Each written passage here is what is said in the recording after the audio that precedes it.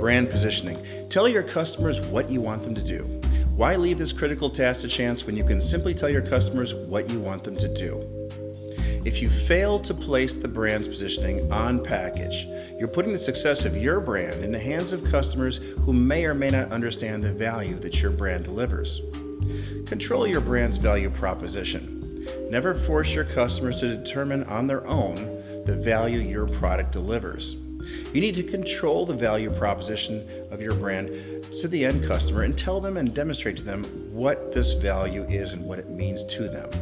Never leave the customer to figure out which product is better and why. If you don't define your brand, your customers may not get it right and disregard you in their customer mind map, or worse, your competitors will define this position for you. Why me? All products need a why me positioning headline on the package that states why this product is unique in the marketplace and why it deserves to be on shelf. And of course, why it deserves to be purchased. So showcase your compelling benefits value proposition on the package. Is it the king of beers or breakfast in a bottle? Whatever it is, put it on. Emotional benefits are how you feel about the brand and why you care about it. Emotional brands drive brand preference. Functional, what the brand does for you. Functional benefits define the product performance from a rational perspective. Functional benefits define the brand within the customer mind map. The physical, what the brand is. The physical benefits that are tangible properties and attributes of a brand that provide a certain function. Physical benefits define the product category. Here are some examples of successful brand value propositions. Walmart, always low prices. Save money, live better. FedEx, absolutely positively overnight. Burger King, have it your way. NW Iron Sun, a diamond is forever. Maxwell House, good to the last drop. Wendy's, where's the beef? M&M, melts in your mouth, not in your hands. Apple, think different. Nike's Just Do It tag provides an emotional attitude stimulation that positions the brand as an enabler to help satisfy the brand value proposition to the customer. Product name and product positioning go hand in hand, communicating the majority of the brand's message to the customer. Now let's talk about differentiation drivers. This is a really interesting technique here.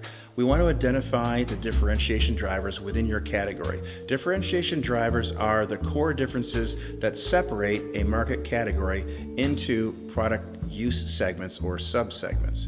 This is based upon the end benefit a customer derives from the specific manner of product consumption. And here's an example. Okay, differentiation drivers within the beverage category are as follows. There are sippers, gulpers, and quenchers. All right, so that's the three types. Now let's talk about them. What is a sipper?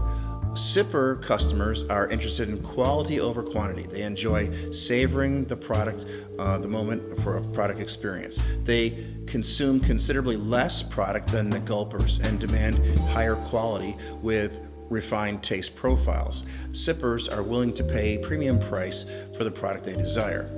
Sipper product examples are fine wine, Samuel Adams beer, Dove chocolate milk, and Starbucks coffee. Sipper product examples come in smaller bottles with smaller necks. They fit into smaller hands than gulper products and quencher products, and they hold a high profit margin with strong brand loyalty. Their taste is superb. They often carry the finest and best ingredients inside their bottles, and Sipper products never go on sale and they're never discounted. Often their flavors and ingredients are exotic, and they're generally concerned with good nutrition unless they are in the mood to indulge when they throw the calories to the wind, and nutrition is not of concern.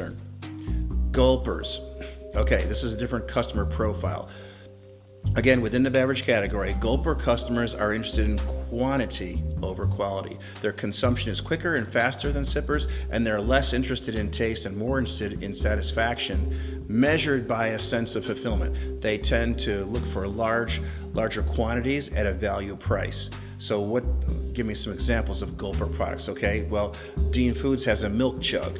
Pepsi, and Budweiser and Red Bull are products like that. And also, they come in bigger bottles with larger necks. They fit into bigger hands and car cup holders, and they hold a lower profit margin, and people are less brand loyal. They often carry cheap ingredients with a lot of corn syrup inside their bottles. Gulper products are always on sale. They offer coupons and they're discounted. Their flavors and ingredients are generally very common. Quenchers. Let's talk about the Quencher. Quencher customers are interested in satisfaction and functional benefits. They seek quickly to replenish, to rejuvenate, and to change their physical state by the quick ingestion of a product. Quenchers are willing to pay a premium price for the product that is readily available on demand to satiate the needs of their bodies.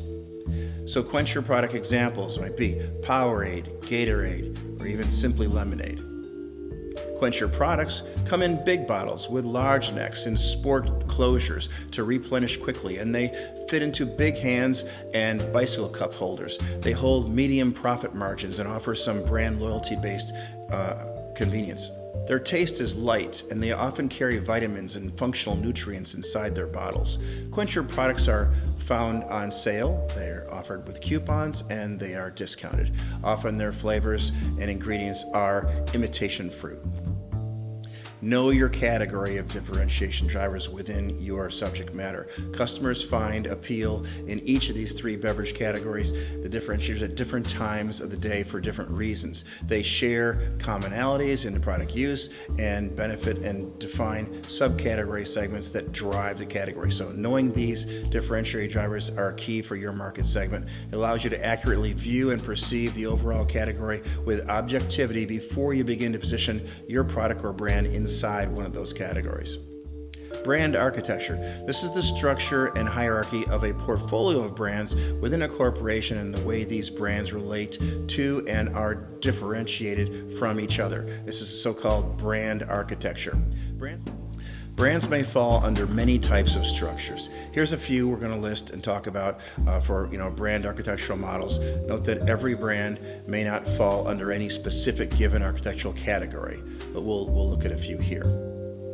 A freestanding brand. This is a brand identified as a single product unrelated to the names and identities of other products. For example, Jiffy Lube.